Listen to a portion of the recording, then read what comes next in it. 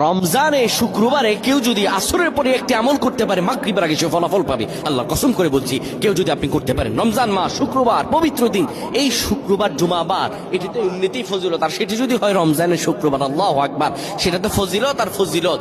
কেউ যদি রমজান মাসের জুমাবারে এই আমলটি করতে পারে, আমার আল্লাহ তার ভাগ্য খুলে দিবেন। রমজান মাস পবিত্র মাস, এই মাসে কেউ যদি আমল করে, আমার আল্লাহ তার কবুল করে নেন। আল্লাহ বলেন, ও মানুষেরা, আমি তোমাদেরকে রোজা দিলাম, এটি ফজিলতপূর্ণ, শুধু তোমাদের উপর নয়, তোমাদের পূর্ববর্তীদের উপরে দিয়েছি, লাআল্লাকুম তাত্তাকুন, যেন তোমরা মুত্তাকি হতে পারো। নবীজি আমার বলেন, দোয়া আহু মুস্তাজাবুম মুদাআফ, রোজা রেখে কেউ যদি আমার আল্লাহর কাছে দোয়া করে, আমার আল্লাহ তার দোয়াগুলো কবুল করে নেন।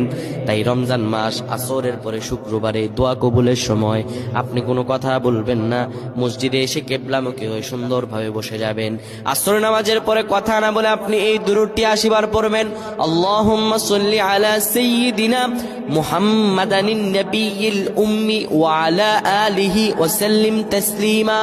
আবার বলছি, আল্লাহুম্মা সাল্লি আলা সাইয়্যিদিনা মুহাম্মাদানিন নাবিয়্যিল উম্মি ওয়া আলা আলিহি ওয়া সাল্লিম তাসলিমা। যদি আপনি করতে পারেন, আল্লাহ রাব্বুল আলামিন আপনার ভাগ্য খুলে দেবে, আপনার রিজিকের দরজা খুলে যাবে, আপনার মনের বাসনা পূরণ হয়ে যাবে ইনশাআল্লাহ, যদি আপনি আমলটি করতে পারেন।